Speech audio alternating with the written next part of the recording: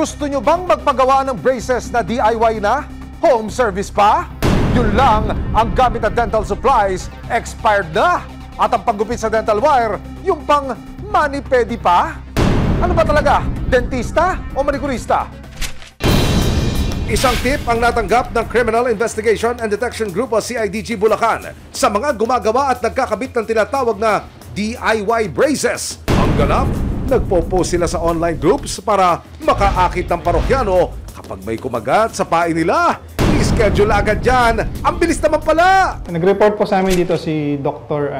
Maijen Peñano. Si Dr. Maijen Peñano po is a member of CADEBU, yung kapisanan ng mga dentista sa Bulacan. Nagbigay siya ng information about sa mga illegal activity po na ganito, yung pong tinatawag natin na do-it-yourself pagkakabit ng braces. Nung binigay niya yung mga listahan ng mga pangalan ng mga tao na to, so pine-check po namin sa PRC, ganoon na din sa PDA, at lumabas po na wala silang record.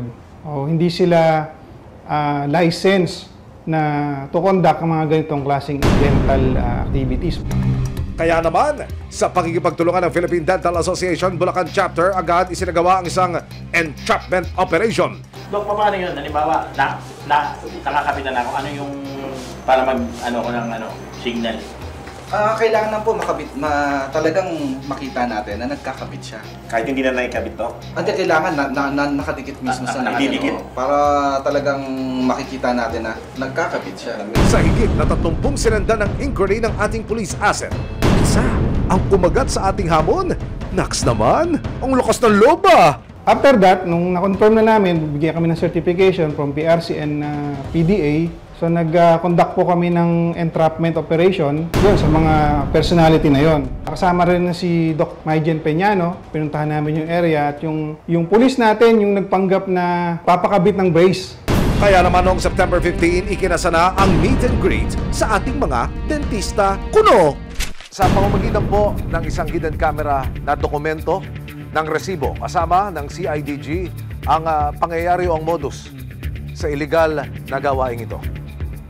Sa loob po ng bahay na ito, pumasok ang dalawang tao. Ano po kayo? Tuloy po kayo. Tuloy po kayo. Ano po? Ano po? Sino po? Pahiga na lang. Higa po ako? Hindi mo po pwede pa tayo? Tutungo po lang eh. Tutungo? Pwede po magkaya na lang. Sige po, pwede po. Saan po ako pupunta? Home service po ito ng di umano'y gumagawa ng mga braces. Ang kliyente ay ang lalaking ito na pauupuin po sa sofa. Ang babaeng ito na nakatindig, siya po yung magkakabit ng DIY braces. Inilatag na po ng suspect ang kanyang mga materyales na siya rin gagamitin dito ho sa procedure.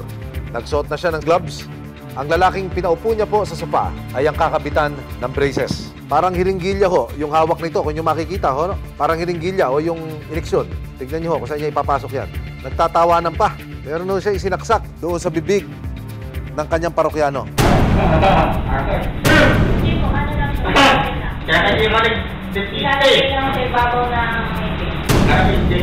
Sa mga simpleng kahon lamang ho nakalagay ang materyales na ginagamit sa procedure. Hindi ho naka-medical gown itong dentista na ito. Wala hong inilalagay na parang babero o yung bib dito ho sa kanyang kliyente. Kung saan-saan lang ho pinaupo. Wala hong tubig na pamumog. Yung pawis tumutulo, sila na ho. Siya na ho mismo nagpahid ng kanyang pawis. Ano ho? Pwede lulukin doon? Pwede lulukin? Kung sa mga dental clinic pwedeng umabot ng kalahati hanggang buong maghapon ang pagkakabit ng braces, dito sa ating fake dentista, aba, after 30 minutes, tapos agad ikabit ang brackets, complete with wires and rubber bands pa. Hanep sa bilisa, talo pa si Flash. Pero bago pa sila mapa-flash ng kanilang killer smile, humudyat na ang asset at sinugod na ng CIDG Bulacan PDA at resibo ang dalawang suspect. Sa pagpapatuloy ng isinagawang entrapment operation sa mga nag-aala dentista kuno. Russell Sinya. Ito, certification galing sa Philippine Dental Association. Patunayan ito na hindi ka lehitimo, hindi ka authorized mag-conduct ng dentistry, ha? Ito, yung wire. Parang sa sampayan pa to, ah. Parang ginagamit sampayan, eh. Teka, Nipper to ah!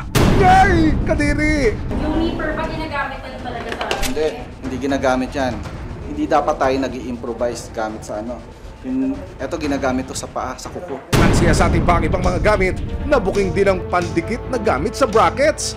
Expired na? 22. So ano na ngayon? 2023. Expired. Yes, health hazard. Pwedeng mag-cause ng lason or talagang hindi didikit or dumikit man, makaka-apekto ng masama sa mga pasyente. Sa naging pakayag ng dalawang suspect sa resibo, Pasensya na. Nag-ano lang po kami kasi panggatas ng baby namin. 2 months pa lang po. pag-amin pa ng mga suspect, online lang nila nabili ang kanilang mga gamit at online din ang kanilang transactions. Dati po nagpakabit po kami, tapos po tinaruan lang po kami. Agad dinala ang dalawang suspect na ka-live-in partners na sina Racel Sinyo at Angelica Liberato sa opisina ng CIDG Bulacan.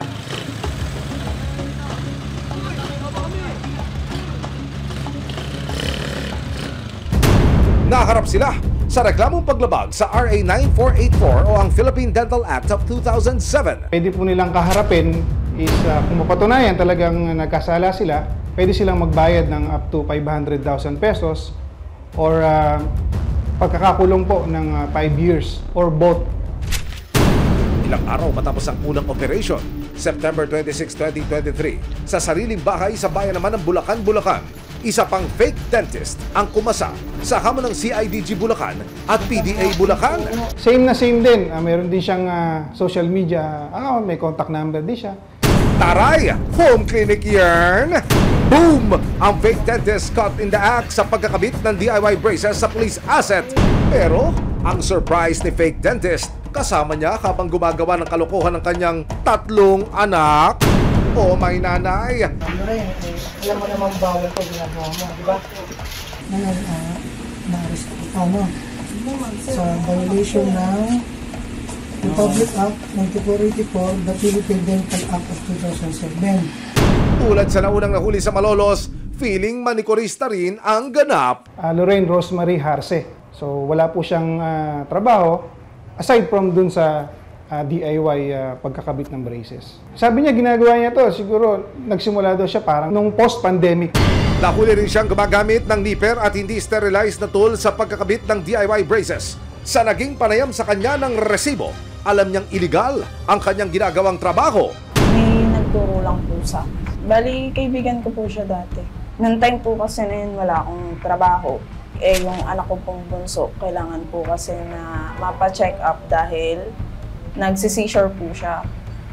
Kaya sabi ko, ba't hindi? Kasi one time lang naman. Once a week gumagawa ako dati. Tapos na-stop siya ng almost 8 months din po. Tapos ngayon lang ulit.